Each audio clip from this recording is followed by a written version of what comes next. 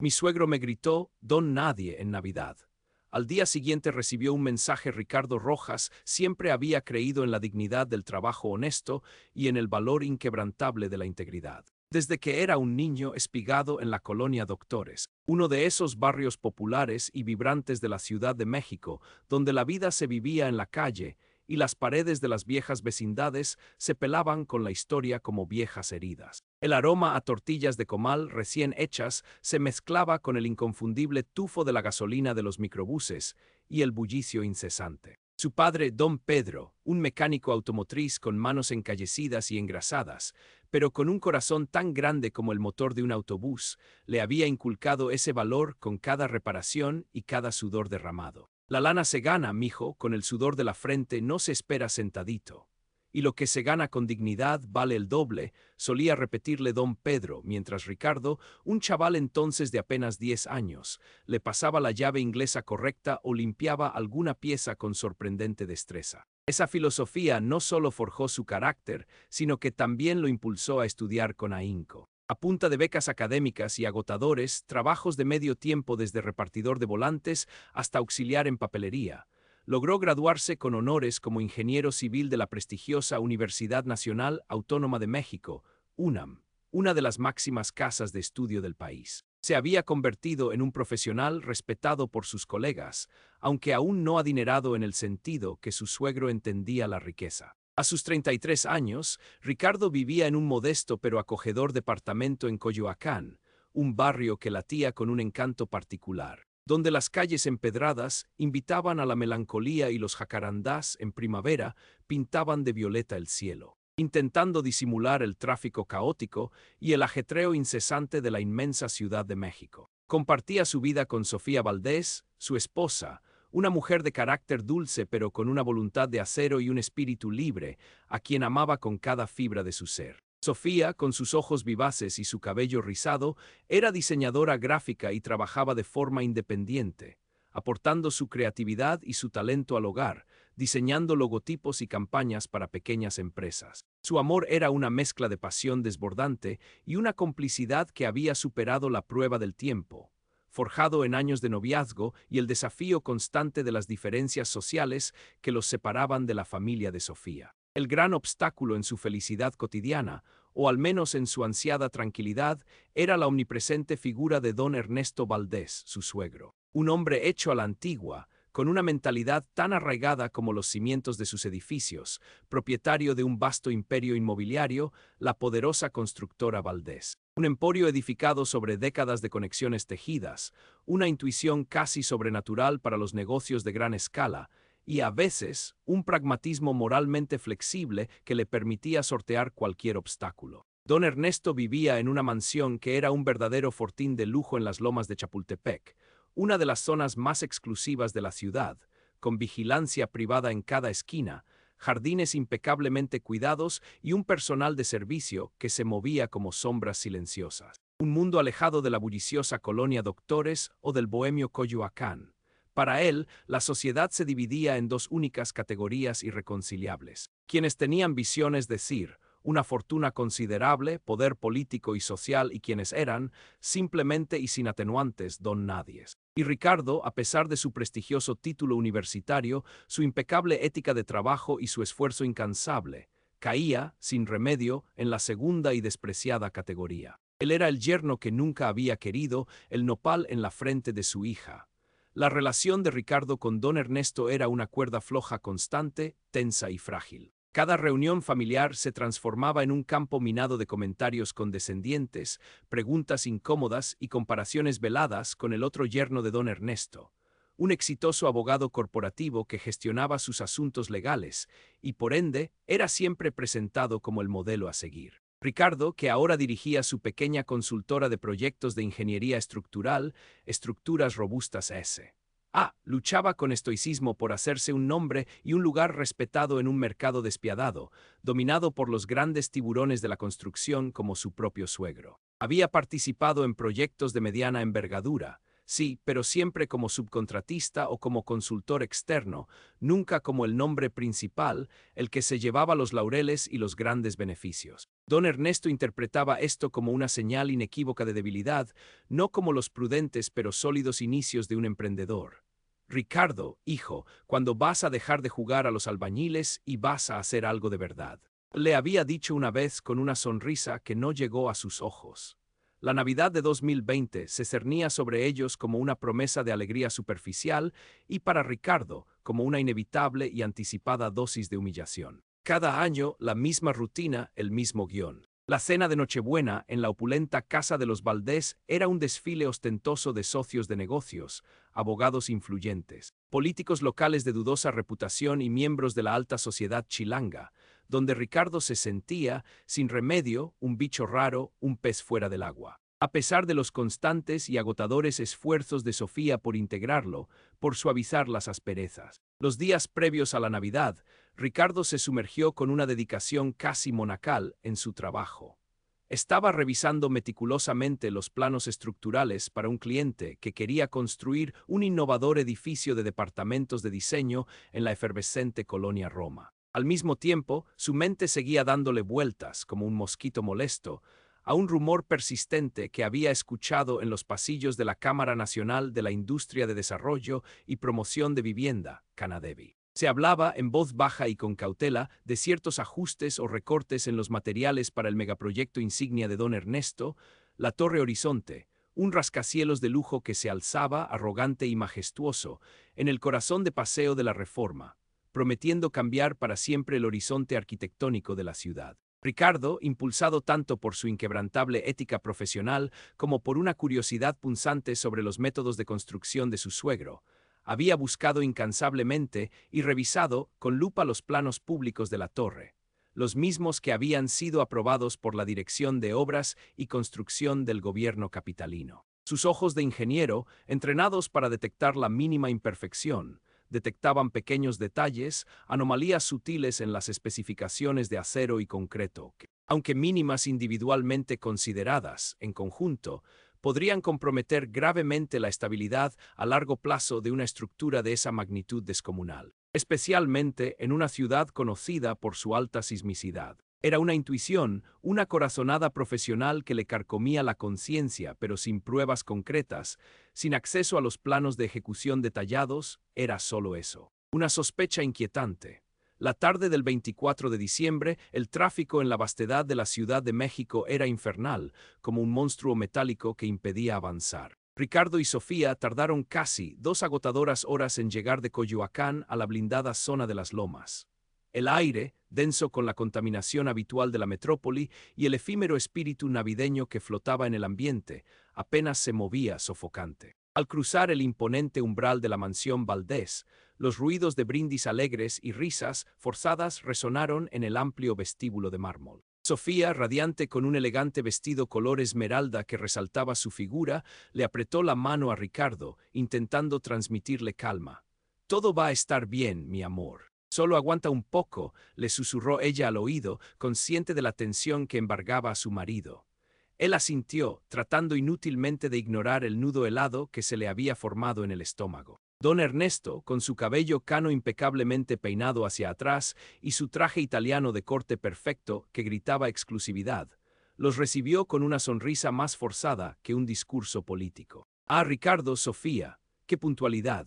Ya pensábamos que el tráfico de tu humilde barrio te había tragado por completo», soltó, con una risa seca que a Ricardo le sonó a cascabeles oxidados, vieja chatarra. El comentario punzante fue el primer plato de la larga y predecible noche de desplantes. La velada transcurrió entre saludos protocolarios a personas que apenas conocían, copas de vino espumoso que se vaciaban con rapidez y canapés exóticos de nombres impronunciables. Ricardo intentó mezclarse, charlar sobre temas neutrales como el fútbol o el clima, pero la conversación, inevitablemente, siempre viraba hacia los negocios, hacia el éxito material, hacia la visión y la astucia que, según don Ernesto, él carecía irremediablemente. El ambiente se calentó peligrosamente con las copas de brandy que se sirvieron generosamente después de la opulenta cena. Don Ernesto, ya visiblemente ebrio y con la lengua más suelta de lo habitual, se jactaba a voz en cuello de la Torre Horizonte, su obra maestra, su legado inmortal. Esta torre, damas y caballeros, no es solo concreto armado y acero, es un símbolo. Es la prueba viviente de que en México podemos construir con audacia, con grandeza inigualable, sin miedo a nada ni a nadie, exclamó, levantando su copa de cristal fino, su voz resonando en el salón. Es la visión de un hombre que se atreve a soñar en grande y a ejecutar en grande, dejando su huella imborrable en esta ciudad. Los invitados, un coro de conveniencia, asintieron, algunos con sincera admiración por el poder, otros con la adulación propia de quienes orbitan los círculos de poder, y unos pocos, los más discretos, con una ceja levantada, preguntándose hasta dónde llegaría la bravuconería del anfitrión. Fue entonces cuando el primo de Sofía, un joven arquitecto llamado Julián que trabajaba directamente para don Ernesto en un puesto de nivel medio, y que siempre buscaba la aprobación de su tío, mencionó algo sobre los retos estructurales de la torre. Sí, tío, la Torre Horizonte fue un desafío ingenieril monumental, pero con los ajustes que se hicieron, especialmente en la reducción de costos en la fase de diseño y construcción, se logró un diseño funcional, seguro y, sobre todo, increíblemente rentable. Usted es un genio, tío, exclamó con una admiración que a Ricardo le pareció demasiado forzada. Ricardo, que había estado escuchando atentamente cada palabra, sintiendo cómo la sospecha se anclaba más profundamente en su mente, no pudo evitar que su curiosidad profesional, su instinto de ingeniero, se encendiera de forma alarmante. Con todo respeto, primo Julián, y sin ánimo de ser impertinente, pero reducir costos en estructuras de esa magnitud, en una ciudad tan sísmica como la nuestra, puede ser un arma de doble filo, una apuesta demasiado arriesgada. ¿Qué tipo de ajustes específicos se hicieron en los perfiles de acero o en la dosificación del concreto?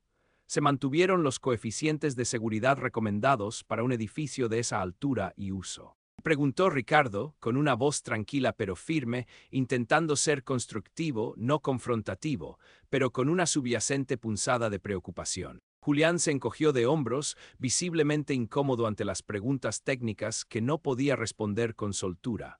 Ah, Ricardo, detalles técnicos que no vienen al caso para ti. Nuestro equipo de ingenieros de primera línea lo revisó todo con los más altos estándares. Su tono era evasivo. Don Ernesto, que había estado observando la conversación con una sonrisa altiva que se transformó rápidamente en disgusto, se giró bruscamente hacia Ricardo, sus ojos inyectados en sangre por el exceso de alcohol y la indignación de ser cuestionado en su propia casa, delante de sus invitados más importantes, y especialmente por él. Su rostro se puso de un rojo intenso, casi púrpura.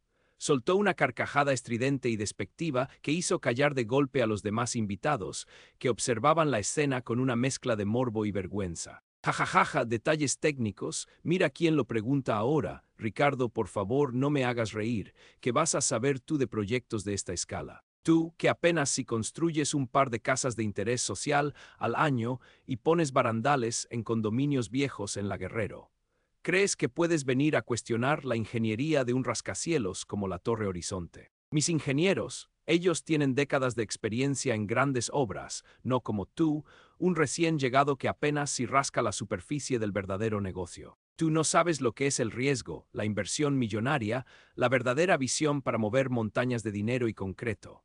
El amplio y lujoso salón quedó en un silencio sepulcral, tan denso que casi se podía cortar con un cuchillo, solo roto por el leve tintineo de las copas en las manos nerviosas de los invitados. Sofía, con lágrimas asomando en sus ojos, intentó intervenir, su voz apenas un hilo.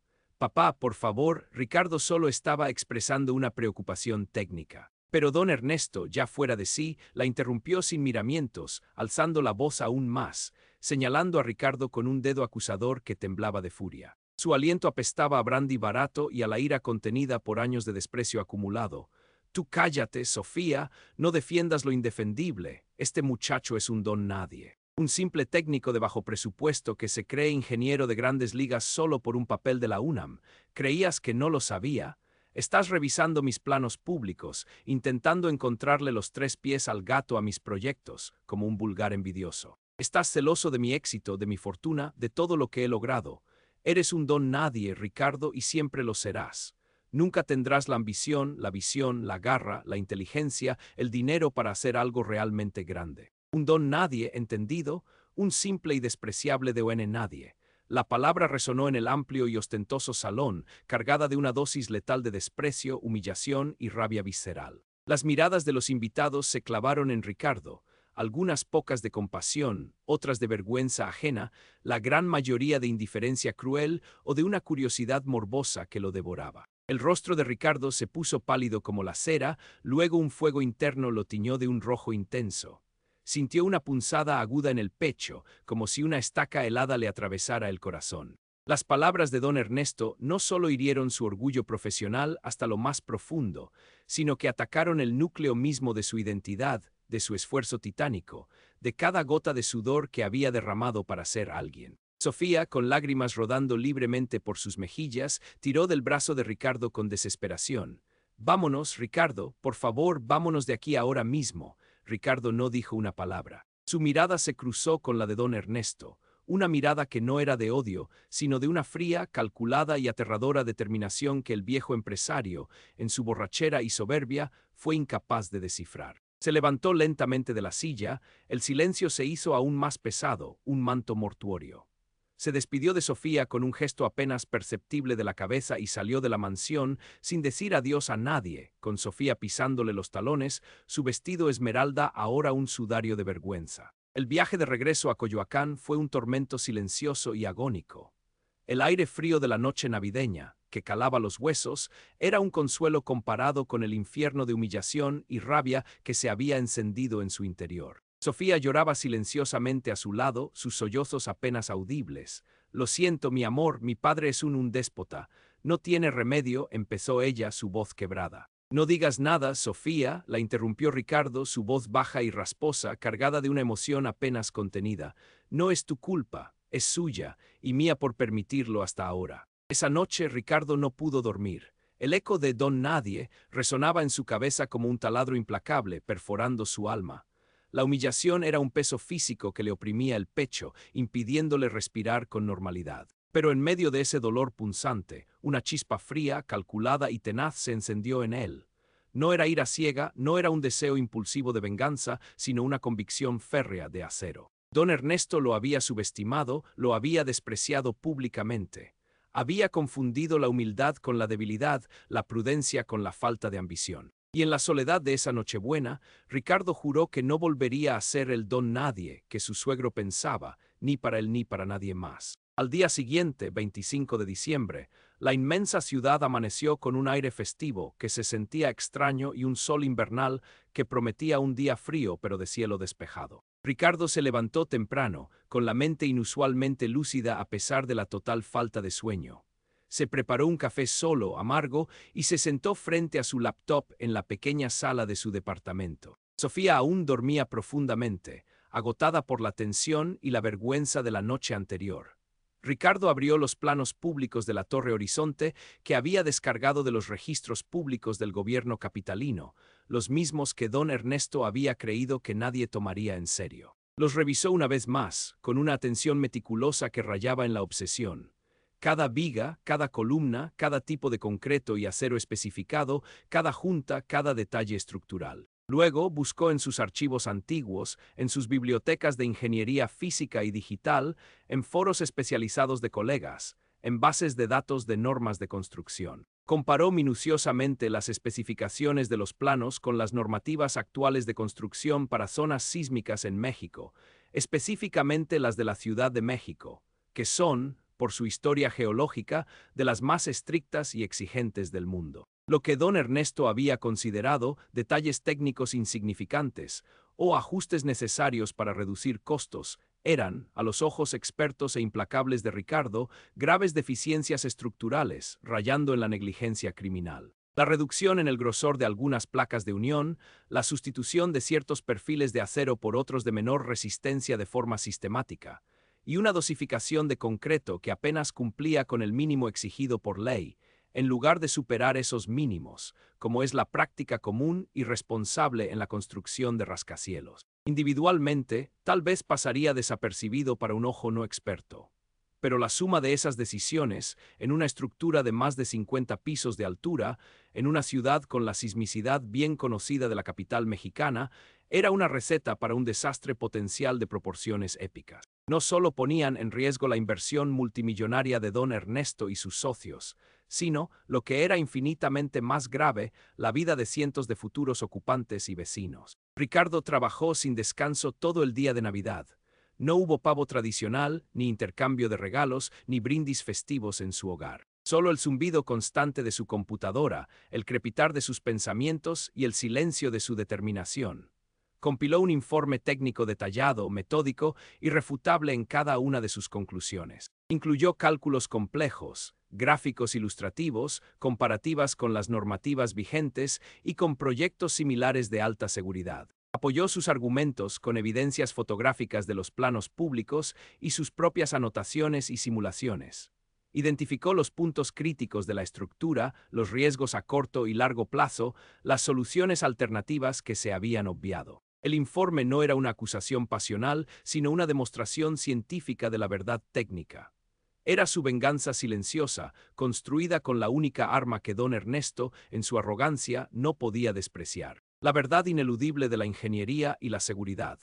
El mensaje que don Ernesto Valdés recibió al día siguiente, 26 de diciembre, no fue una llamada de disculpa o un correo electrónico de Ricardo. Fue un correo electrónico anónimo, enviado desde una dirección cifrada que era imposible de rastrear y a través de una compleja red VPN desde un cibercafé distante en Ecatepec, un municipio conurbado del Estado de México. Este correo llegó simultáneamente a las bandejas de entrada del director general de la Dirección de Obras y Construcción de la Ciudad de México, DOC, al director del prestigioso Instituto de Seguridad de las Construcciones, ISC, y estratégicamente a un periodista de investigación de La Jornada, conocido por sus reportajes sobre la corrupción y las irregularidades en el sector inmobiliario capitalino. El correo contenía un único archivo adjunto de gran peso: el informe técnico exhaustivo y demoledor elaborado por Ricardo, titulado con fría precisión: Evaluación de riesgos estructurales Proyecto Torre Horizonte,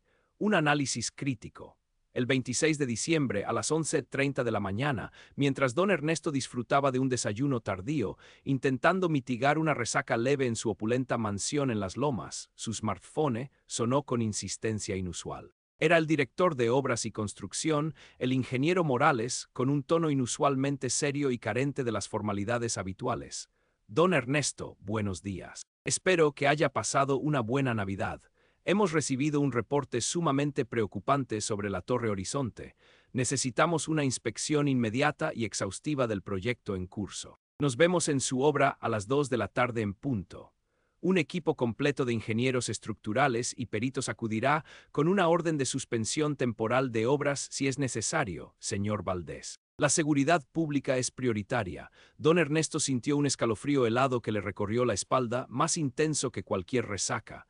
Un reporte. ¿De qué habla, ingeniero? ¿Quién ha enviado semejante sandez? Mis proyectos son intachables, usted lo sabe bien, son los más seguros del país. Intentó sonar prepotente, pero su voz apenas fue un susurro. Las pruebas presentadas en el informe son extraordinariamente detalladas, señor Valdés, y si resultan ciertas, implican un riesgo inaceptable para la seguridad pública y para la reputación de esta institución. No podemos ignorarlo. Necesitamos verificar cada punto sin dilación, respondió el director impasible sin ceder un ápice.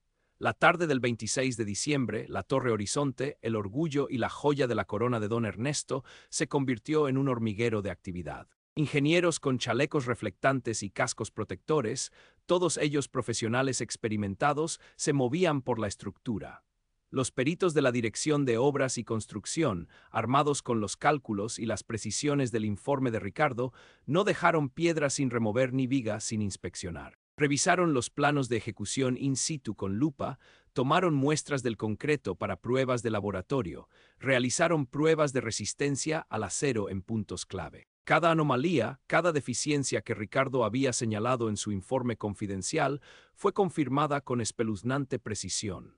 Las deficiencias eran reales, producto de la avaricia desmedida y una negligencia que bordeaba la irresponsabilidad criminal. A las 5 de la tarde, con el sol poniéndose majestuosamente tras los imponentes edificios de Paseo de la Reforma, tiñendo el cielo de tonos anaranjados, la orden oficial de suspensión de obras fue emitida y fijada en la entrada principal de la construcción. La edificación de la Torre Horizonte quedó paralizada indefinidamente, sus grúas inmóviles como esqueletos gigantes.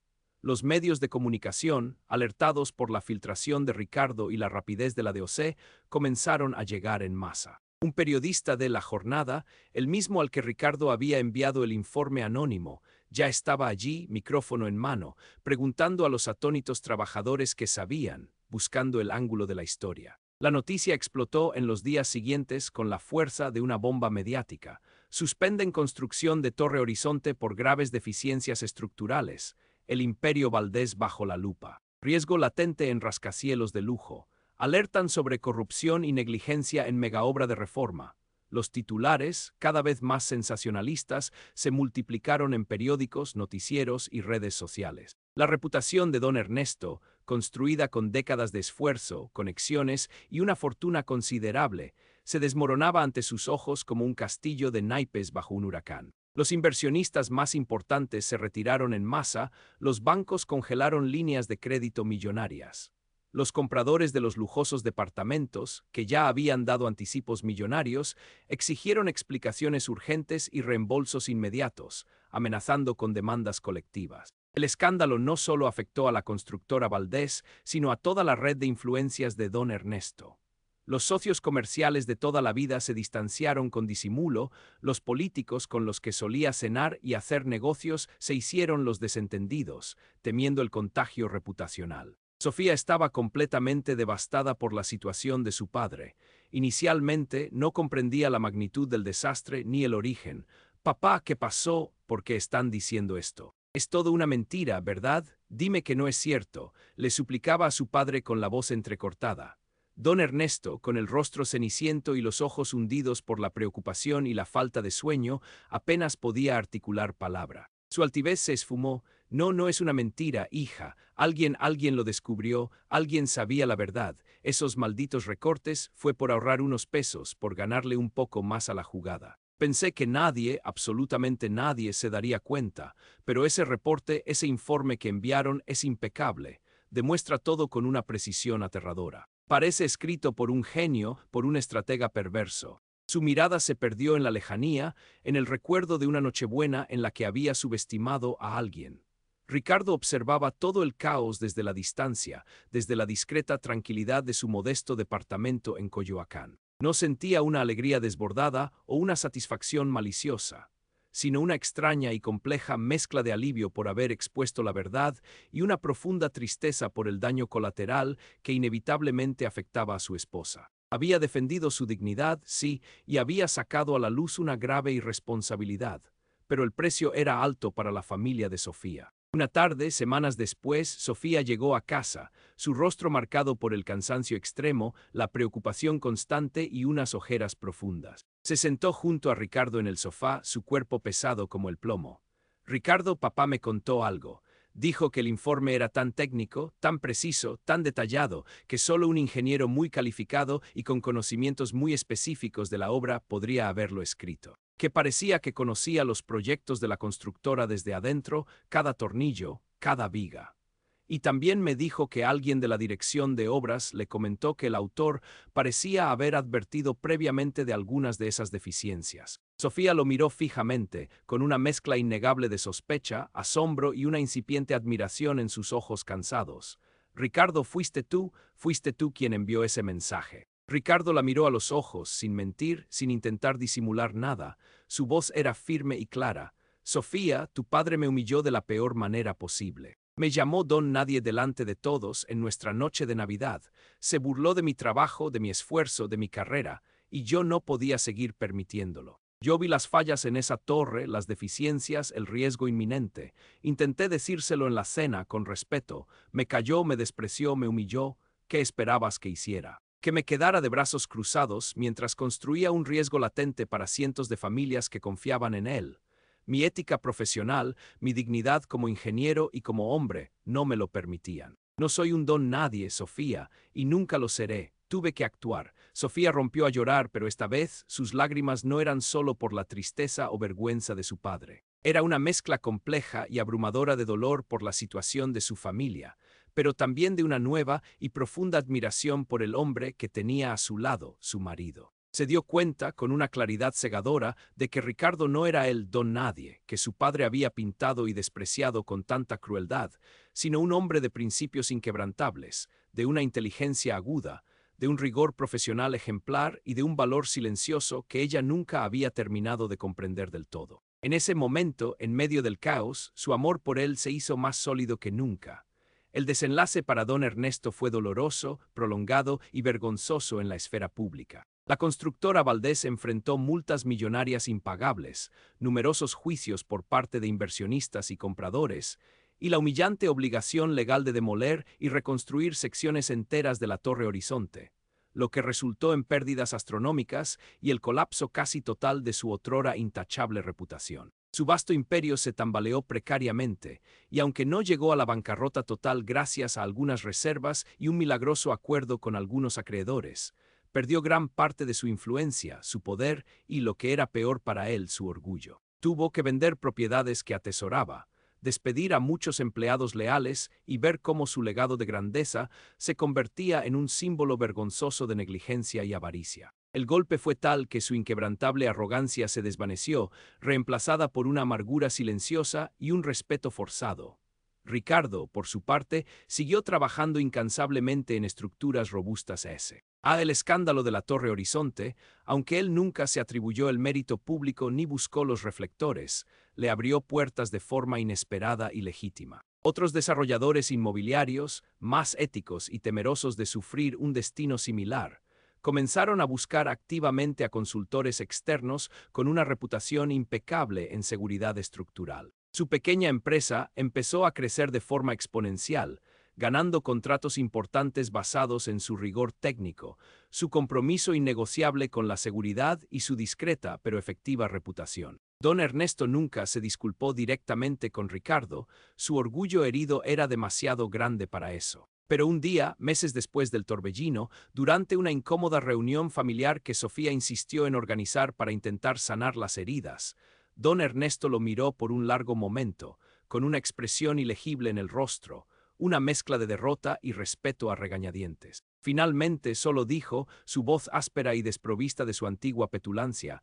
«Sabes, Ricardo, parece que a veces los don nadies son los únicos que ven lo que los alguien no quieren ver. O no se atreven a ver». Ricardo asintió levemente. No había necesidad de más palabras. El mensaje había sido entregado y comprendido en toda su profundidad. No con la ruidosa estridencia de una venganza clamorosa, sino con la silenciosa, implacable e inquebrantable fuerza de la verdad y la integridad. Y en el eco de ese reconocimiento, la dignidad de Ricardo, pisoteada brutalmente aquella Nochebuena, se alzaba ahora sólida y firme, como una estructura bien cimentada, inamovible. La lección para don Ernesto fue brutal y permanente. La arrogancia desmedida y la negligencia profesional pueden derribar incluso el rascacielos más ambicioso.